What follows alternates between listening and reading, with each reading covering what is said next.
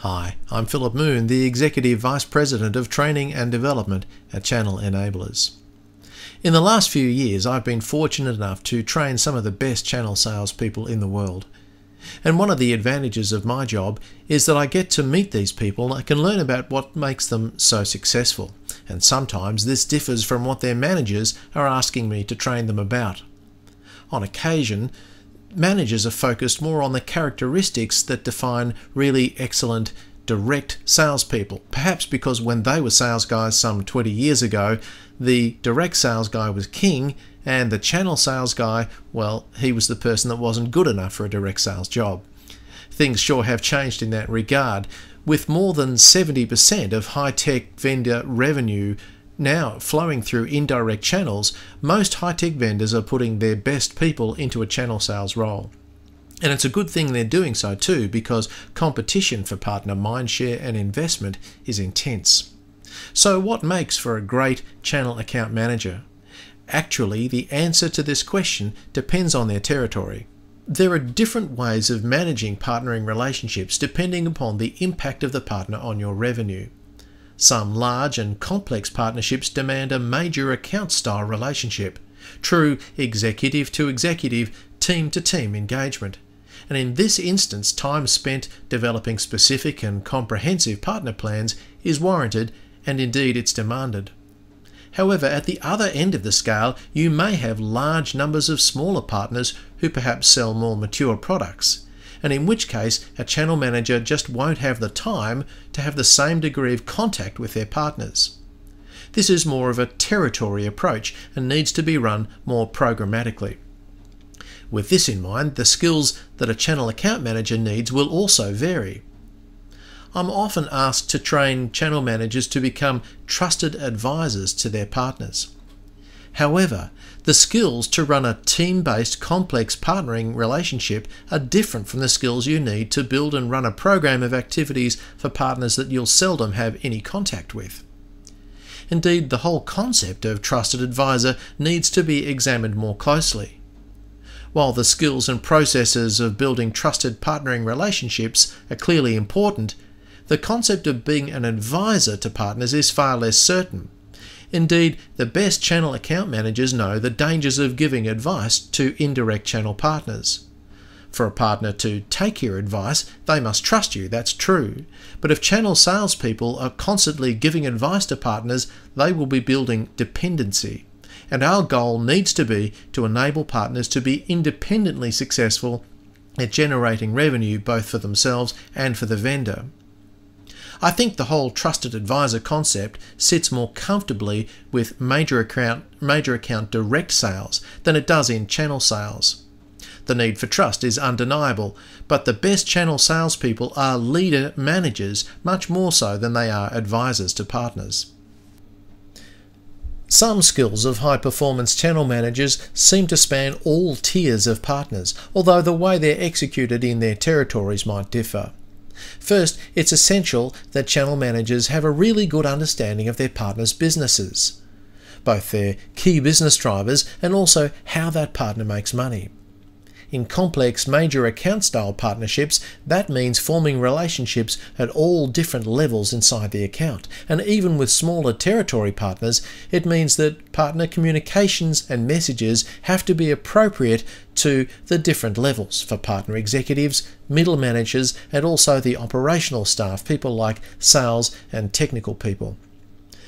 The best channel account managers have the skills to handle conflict, to get productive outcomes to disagreements that build the relationship and not undermine it.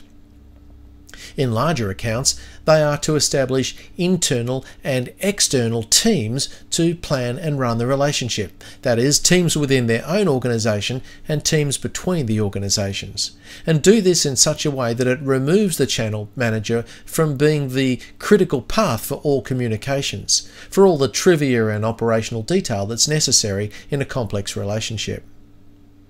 Excellence in communication is the primary skill involved in leading teams and resolving conflict, and also in persuading others. Not only do channel managers need skills here, they need to make their communications efficient and effective, so that things like meetings and reports are aids to productivity and don't undermine it. While being responsive to partners is as if they were customers, the best channel managers also recognise that indirect partners are not customers. End users are customers. They're the ones who pay for everything. Partners perform a range of sales and support activities to help the vendor complete their whole product solution and to sell and support it to their customers in their chosen markets. And as such, it's essential to remain focused on enabling partners to be able to do this as independently as possible, to independently generate revenue both for themselves and also for the vendor. Only through such focus is true channel leverage possible, and economic leverage is the #1 reason why vendors go to the indirect channel in the first place, so it's important never to lose sight of this important objective. We talk about channel managers who handle complex team-based partnerships becoming leader managers. They exhibit not just leading behaviour or managing behaviour, but both leading and managing behaviours. Things are done with and through others in an extended team that will include members of the vendor's own organisation as well as the partner's organisation. The leader manager guides and manages this team to have a sense of purpose and accomplishment. This in turn requires alignment in partnership goals. The business goals of a partner and a vendor will almost certainly be different, but what's important is they're not in conflict. Indeed, they need to support and reinforce each other so that mutual success is the result. We all know that the hard part about planning is choosing what not to do, so priority identification and management is a key executive skill. The leader channel manager has to bring about consensus decisions that others own so that plans get implemented rather than sitting on a shelf. And of course, ongoing review is essential to plan execution. But it's also about building and maintaining the team, continuously improving the way the team works together and making sure to celebrate success. At Channel Enablers, we've identified 5 core skill areas as being the keys to high performance in the channel sales role. We've built our channel sales curriculum around these areas to deliver the necessary learning and skills development outcomes required to build high-performance channel sales teams for our clients. Let's take a look at these areas now. The first we call Channel Core Fundamentals.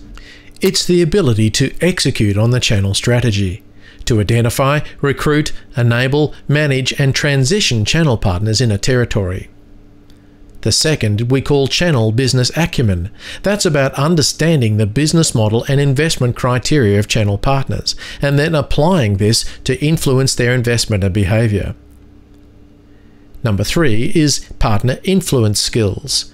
That is, articulating the key issues and business priorities that affect partner stakeholders, and then having the influencing skills to manage partners to change and invest as required. Partnership Planning is number 4. Managing the channel partner relationship, engagement and achievement of joint objectives through the partner planning and review process. And number 5 is Leading and Managing Partnerships. That's about managing partners through critical stages in the sales process and the partner planning and management processes.